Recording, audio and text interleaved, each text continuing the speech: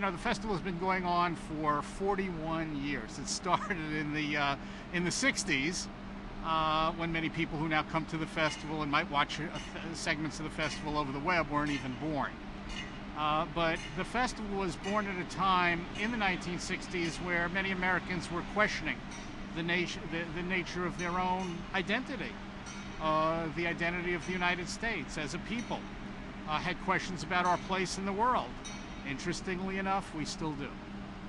And so I kind of look at the festival as this great feat of cultural democracy, where we get played out on the mall people's notion of who they are, why they matter, why they have something to say, how their voice should be heard by their fellow citizens of the nation and the world. That's a good thing. And I think it's a particularly good thing in the world today, as troubled as it is. It's a much smaller world than it was in the 1960s with globalization, but it's also very important for citizens and human beings to talk to each other. If they don't, they might kill each other instead. This year at the festival, we have 3 programs, as we often do. The programs this year feature the cultures of the Mekong River, the cultures of Yunnan, China, Thailand, Cambodia, Laos, and Vietnam, all along the Mekong River. And indeed, that river extends, interestingly enough, of course, to the United States, where people from the Mekong have come as refugees, as immigrants, as settlers to make a new life here. So the Mekong is one program. We have about 250 artists from the Mekong. Another program is that on the cultures and traditions of Northern Ireland. Very interesting place.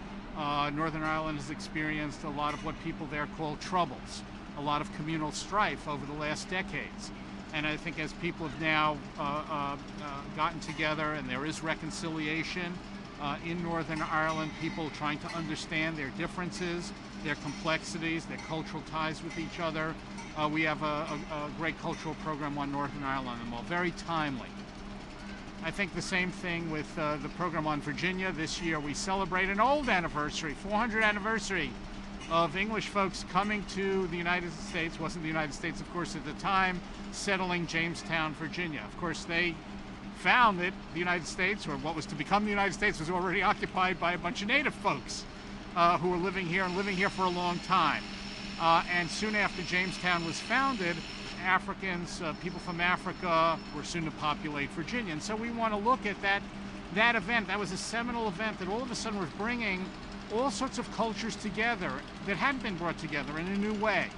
And I think our program, rather than recreating the sailing of people on a ship or getting people dressed up as costume and talking about that founding of Virginia, is to really look and saying, okay, how did Virginia set in motion a process by which different cultures came together, played off each other amidst conflict, slavery, oppression, war, all sorts of things.